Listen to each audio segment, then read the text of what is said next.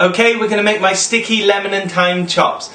Perfect to throw on the barbecue, or also, like what we're doing today, pop it on a baking tray and bung them in the oven. So we need to make the glaze for the chops. So hopefully you've got your chopped fresh thyme, and we can pop that straight into your little mixing bowl. There we go. And now we need to just grate the zest of a lemon. I'm just using one of these little microplaners, but just grate it on the finest side of your grater. That would be perfect.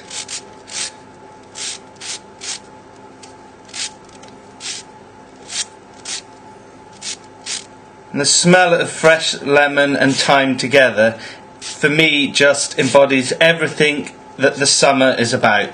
Such a perfect one for the barbecue, this. Go. Try and get the zest into the bowl, not all over the board like me. Yeah, that'll do.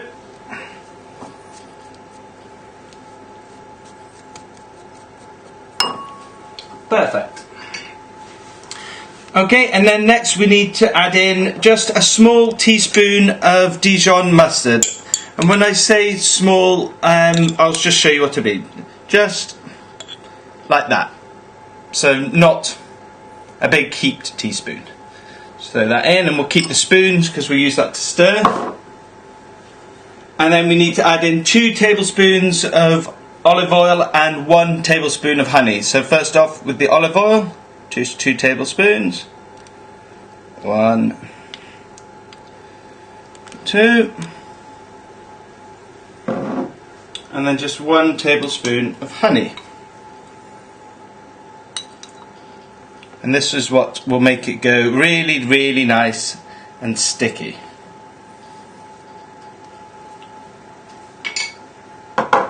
Okay, so hopefully you're following it. Easy, simple so far.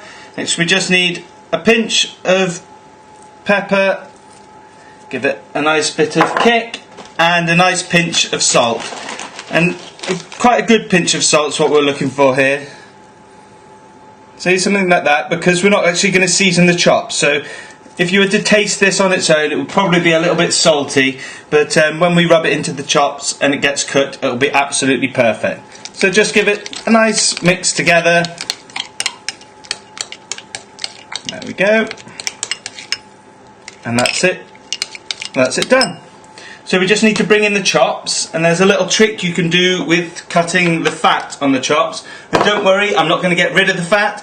It's just that sometimes what happens when you put the chop into a hot oven, the fat will contract, and it will mean that it will all bend up like that. So if you ever end up with pork chops that end up looking like a little basin, then that's because the fat's contracted and drawn it all together. So what we can do is just using a knife, not particularly sharp knife, just make little incisions into the fat, just about 1 centimetre apart, just like that, all the way along. Just through the fat.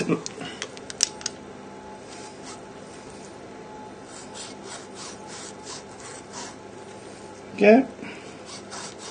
Just every centimetre or so.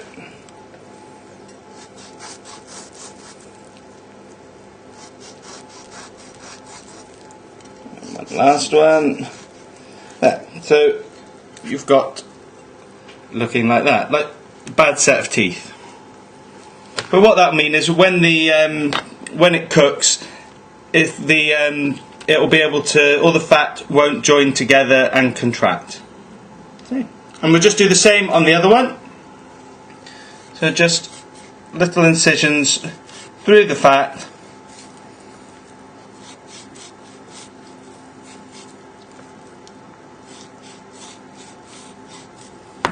Okay.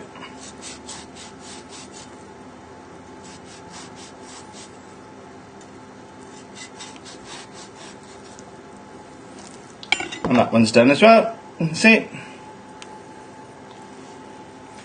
So we can pop the, get rid of my knife, I'm just going to go and give my hands a little wash, and then we can pop them on the baking tray, get the glaze on, and we'll be all done.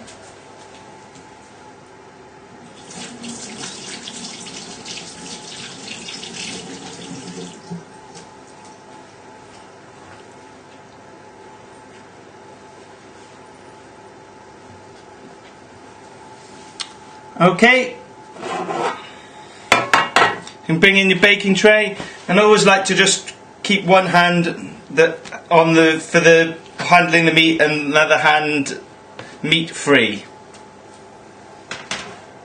just so you're not going to contaminate anything. Right, so chops on, just a teaspoon of the glaze onto either chop, and then with the back of the spoon just nicely rub it in like that. There we go. Now we just turn the chops over. That's simple, this one, isn't it? And you know what's going to come next. Teaspoon of the mix on top of the chop. There we go.